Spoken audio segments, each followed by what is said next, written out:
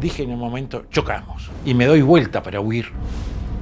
Y me encuentro que no hay avión atrás mío.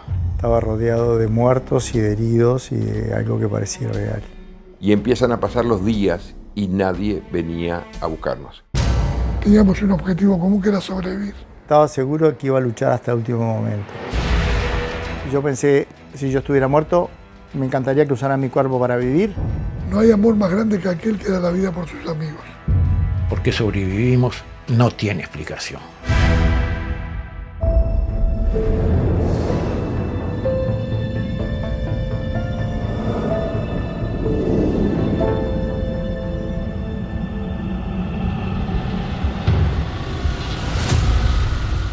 Montevideo, Uruguay, 13 de octubre 1972. El vuelo 571 partió hacia Santiago de Chile con 45 personas a bordo. 19 de ellos pertenecían a un equipo de rugby. Al sobrevolar la cordillera, una tormenta envolvió a la aeronave, convirtiéndola en lo que se conoce como la tragedia de los Andes.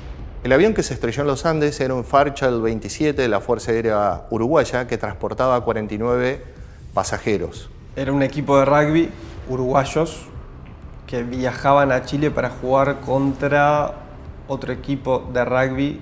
Había también incluso algunos familiares de los jugadores porque habían quedado en ese avión en algunos lugares libres y habían decidido llevar algunos familiares allegados. Yo estaba sentado en la ventana y de repente me vino algo, digo, fui a la cabina del piloto y cuando entré estaban los dos pilotos de costado tomando mate.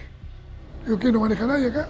Aquí los pibes dicen, este avión tiene piloto automático, no ve, no sé cuánto. Cuando está hablando, mira para enfrente y aparece una montaña. Entonces anda para atrás, puso, pónganse los cinturones. Agarramos un pozo de aire casi 1000 metros y quedamos en la montaña acá en el ombligo. El accidente ocurrió por un error del copiloto. Creía estar en un punto de los Andes y en realidad estaba en otro.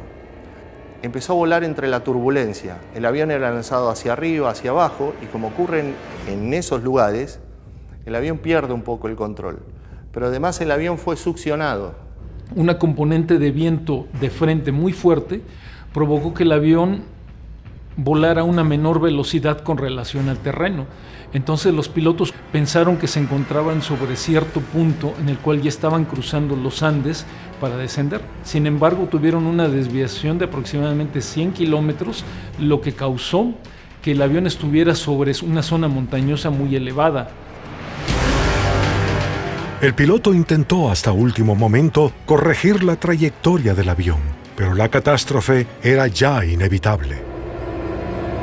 Lo primero que ocurrió fue que el avión impactó contra una cima, perdió su ala derecha y el ala, al desprenderse, golpeó la sección trasera del avión. Y el avión siguió su caída ya sin alas y se deslizó a 350 kilómetros durante 750 metros de distancia. Las estadísticas confirman que nadie es capaz de sobrevivir a un accidente de esa magnitud. Sin embargo, para algunos elegidos de este vuelo, ese no pareció ser el caso. Entré en el avión temprano y mi mejor amigo Gastón Costemale me dijo, vení coche, sentate acá, al lado mío, en el último asiento. Y justo se sentó otro. Así que me fui para adelante, me senté adelante del ala, despegamos y dije en un momento, chocamos. Y enseguida te das cuenta porque entra aire. Me aferro al respaldo del asiento de adelante pensando que me voy a morir, dolerá como será, tengo 24 años, no quiero morirme, caramba. Hasta que para. Y ahí un silencio absoluto invade, ¿verdad? Y me doy vuelta para huir. Y me encuentro que no hay avión atrás mío. Atrás mío se cortó justito. Y mis amigos que estaban, mi mejor amigo y todos los que iban al fondo, no estaban. En el momento antes del impacto, no sé, no me digas por qué, me paré y me agarré de la maleta de arriba. El avión pegó y el asiento donde yo estaba se partió el avión. Yo cerré los ojos y me agarré fuerte. Los los oídos se despresurizó la cabina y explotaron.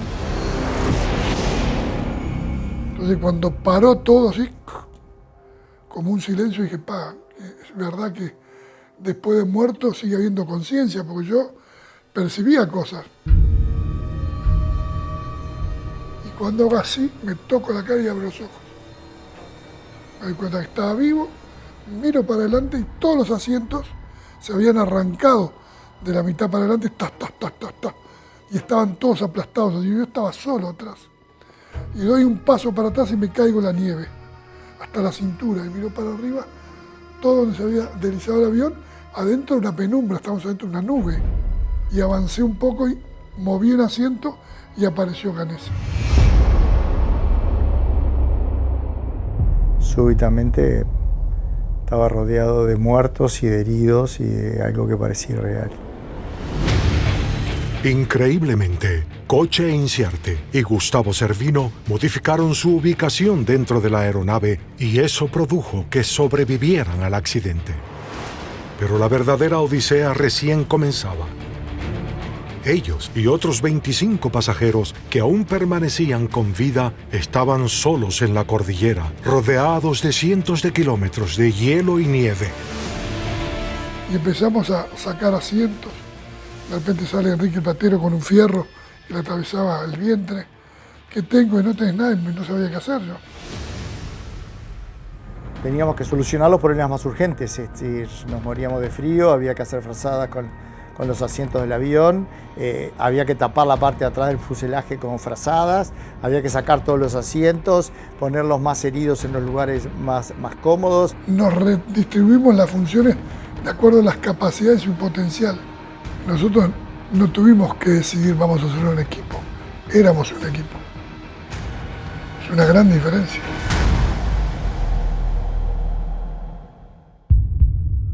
En una hora se hizo la noche. Fue la noche más larga de mi vida. La gente gritaba, auxilio, socorro, una locura.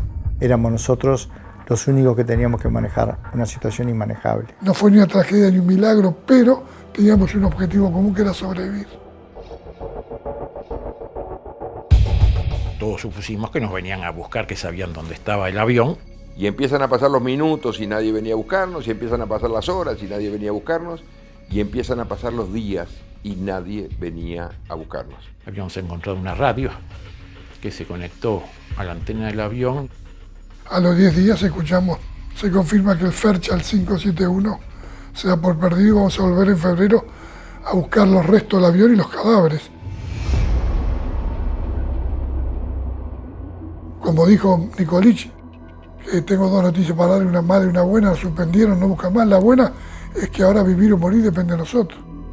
Me impulsaba a vivir que mi madre un día habíamos ido al entierro de un amigo y a mí me dijo, si a mí se me muere un hijo, yo me muero de la tristeza. O sea que me encantaba la idea de decir, mamá, no llores más que estoy vivo. Yo siempre fui antiautoritario y rebelde y no quería ser un cadáver a los 5 meses, así que a la otra mañana me levanté a las 6 de la mañana y me paré a mirar por donde se había deslizado el avión. Y ahí sabíamos que a un lado estaba Argentina y a otro lado estaba Chile. O sea que si nosotros éramos capaces de llegar a uno de esos dos lados, íbamos a poder volver a la civilización.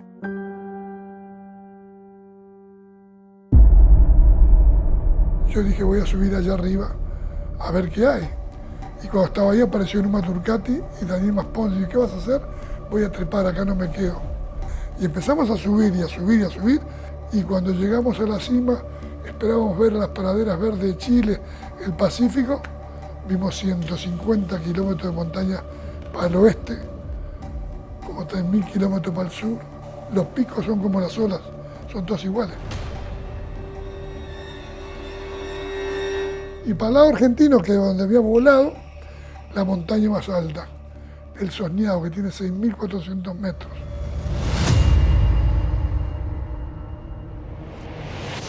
La mayoría de los sobrevivientes del vuelo tenían apenas 20 años. Muchos de ellos no conocían la nieve antes del accidente. 17 días después, la cordillera los puso a prueba una vez más. de repente sentí, fue la avalancha que vino y entró así por el avión, así, y lo tapó así. Y acá adentro quedaron 60 centímetros de aire. El que estaba arriba, que era Nikolic, yo tenía los pies de él, dice así, para que me conteste. O sea que él se murió en el acto. Yo cambié de noche, otra vez. Cambié en el asiento y cambié acá. 8 personas fallecieron en la avalancha. Por segunda vez, Gustavo Cervino cambió su ubicación y eso le salvó la vida. ¿Fue el azar o acaso estaba destinado a sobrevivir a la tragedia de los Andes? Había algo que me sorprendía muchísimo más allá que el dolor que sentía por lo que faltaban, que era la sorpresa de estar vivo. Era algo inexplicable que después con el tiempo fuimos procesando y tratando de razonar algunas cosas, otras siguieron inexplicables hasta hoy. Y yo creo que es el destino, ¿no? Si se te cae una luz arriba es difícil que sobrevivas. Lo que sí yo veía que se iban debilitando físicamente y se iban debilitando espiritualmente también. Como que no te das cuenta que te estás muriendo. Cuando me levanté de mañana le digo a Pancho, fíjate cómo está Numa. Y lo tocó y estaba muerto. Y cuando lo traje hasta acá así, en la mano, le abrí la mano y tenía un papelito que decía, no hay amor más grande que aquel que da la vida por sus amigos. Le dije, Roberto, y me dijo, ya sé, nos vamos mañana. Entonces Nando, Roberto y Vicentina a la mañana siguiente se fueron. 60 días después del accidente, los sobrevivientes tomaron una decisión. Debían alejarse del campamento y buscar ayuda.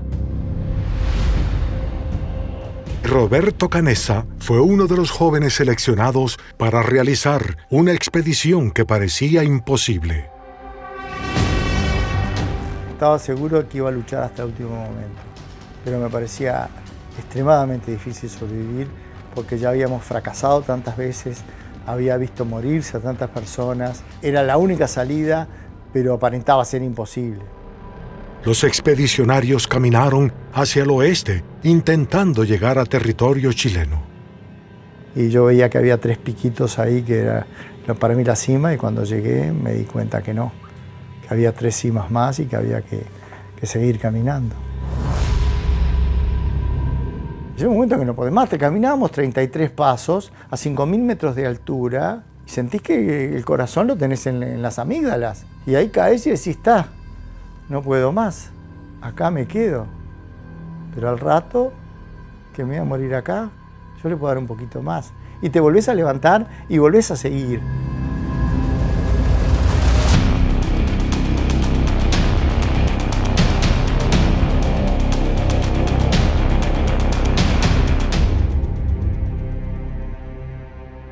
Yo pensé que me iba a morir en el hielo y la nieve, pero de repente llega una parte que se acaba la nieve. Y ahí hay un río, y hay pasto, y hay una lagartija. 10 días después de su partida, Roberto Canessa y Nando Parrado encontraron un arriero que les brindó auxilio. Roberto pesaba 44 kilogramos menos que cuando la aeronave se accidentó. Daniel Fernández y Eduardo se fueron a un rincón y escucharon, noticia de último momento se confirma, que aparecieron 2 sobrevivientes. La Fuerza Aérea Chilena envió helicópteros para rescatar al resto de sobrevivientes que aún permanecían en la cordillera.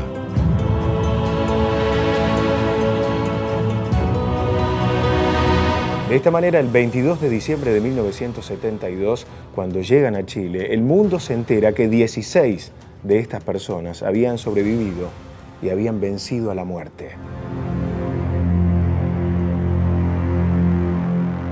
Tuvieron que pasar por pérdidas familiares, personas heridas que en otras circunstancias podrían haberse salvado y también murieron frente a ellos. Pasaron frío, gente que murió de hipotermia. Bueno, lo que se conoció después con el tiempo, que tuvieron que acceder a comer la propia carne humana que estaba congelada para poder sobrevivir algunos días más porque no tenían absolutamente nada para comer, no quedaba ni una miga. Sentís que no tenés manuales, que eso no es para los seres civilizados, aunque me parece todo horrible, repugnante y espantoso, porque quiero volver a mi casa, me tengo que comer esto porque no puedo salir caminando ahora, porque nos estamos muriendo, porque tenemos que ganar energía. Yo pensé, si yo estuviera muerto, me encantaría que usaran mi cuerpo para vivir. Aunque era imposible, 16 jóvenes sobrevivieron al accidente, a la avalancha, al frío y al hambre. Pero ¿cómo? O mejor dicho, ¿por qué?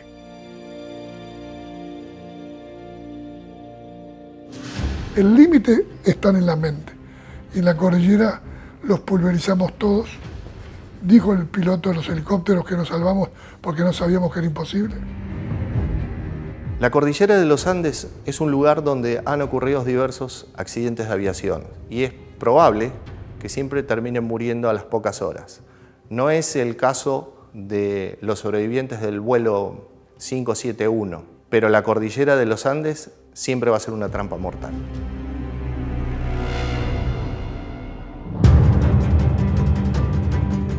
Todo el tiempo era un segundo más, un minuto más, una hora más, un día más. Si nos hubieran dicho el primer día que íbamos a estar 73 días en la cordillera, nos moríamos automáticamente. Existen sucesos que no podemos entender. ¿Sucedió porque tenía que suceder? Tal vez la historia es azar. Tal vez nosotros mismos somos azar. O tal vez hay alguien escribiendo nuestra historia.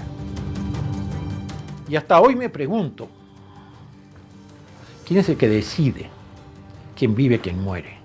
¿Y qué criterio usa que la razón entienda, la razón humana entienda, para esa elección? Es suerte, es designio divino, es parte del misterio, del milagro.